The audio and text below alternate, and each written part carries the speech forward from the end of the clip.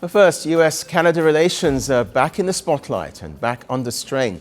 President Donald Trump has scrapped Canada's invitation to his Board of Peace after accusing Ottawa of being ungrateful.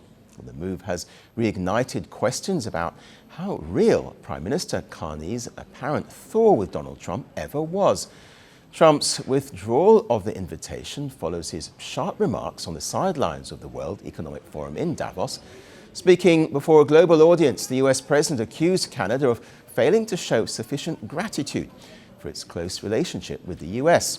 The comments marked a notable escalation in tone, framing the bilateral relationship as transactional rather than partnership-based. Canada gets a lot of freebies from us, by the way. They should be grateful also, but they're not. I watched your Prime Minister yesterday. He wasn't so grateful. But they should be grateful to us. Canada lives because of the United States. Remember that, Mark, the next time you make your statements. Well, Trump's comments have drawn an unusually firm response from Ottawa. Canadian Prime Minister Mark Carney pushed back against his remarks. Canada and the United States have built a remarkable partnership in the economy, in security, and in rich cultural exchange. But Canada doesn't live because of the United States. Canada thrives because we are Canadian. Well, the exchange also underscores how quickly hopes of a bilateral reset have faded. When Carney was elected Prime Minister last year, relations with Washington appear to have steadied after a bitter period under former Prime Minister Justin Trudeau. Trump often derided Trudeau as the governor of America's so-called 51st state, a line that has struck a nerve in Canada and deepened diplomatic friction. Well, faced with an increasingly assertive Washington, Trudeau responded by urging Canadians to reduce dependence on the US and build economic self-sufficiency.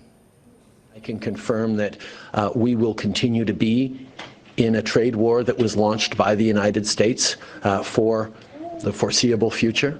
So Canadians should continue to buy Canadian, continue to stand up for each other. Carney, by contrast, entered office promising a more conciliatory approach aimed at dialing down the temperature and refocusing on economic stability and security cooperation. Back in October, Trump praised him in a sharp contrast from the current war of words between the two leaders. Great Prime Minister. I mean, he could represent me anytime. I will tell you, I'm not saying that because no, he is a very strong, very good leader. He's a nice man. Well, for US-Canada relations, the Board of Peace withdrawal sends a clear message.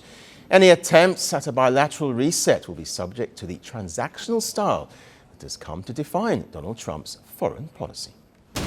The world doesn't fit in boxes, so why should your news?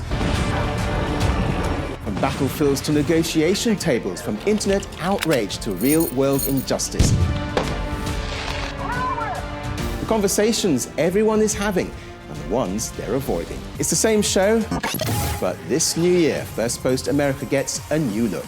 I'm Cary Johnston, and this is Firstpost America.